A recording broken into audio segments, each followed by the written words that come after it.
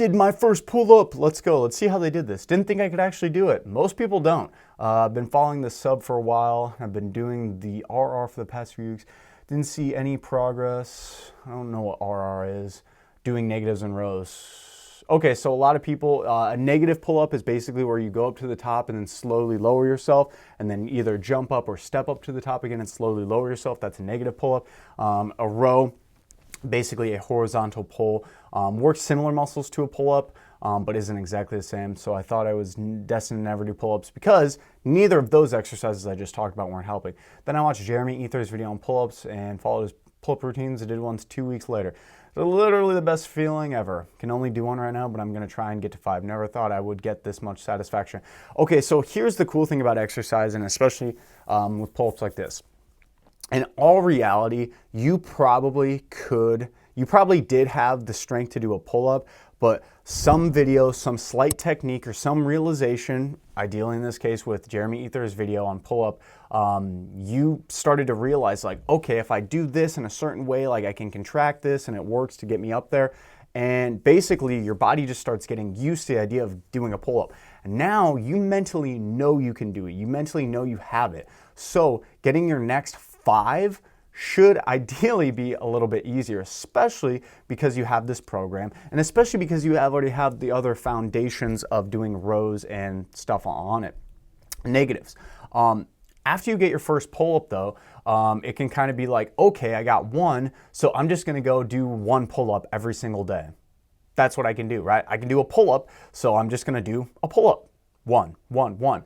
And what I challenge you to think about is that if you do this, you are essentially maxing out your pulling strength 1 time. Now, if you did the same parallel for doing a back squat, for example, go into the gym and just do your back squat 1 time, it is going to be very taxing on your body.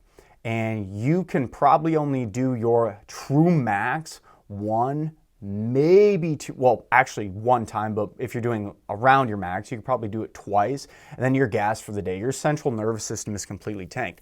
So when you go to the gym, this is the same thing for a pull-up. You don't want to go in and just crank your central nervous system 1 time with all your might with 1 pull-up. You're going to have to still build the foundational stuff. So following that program that you did, great, please do that.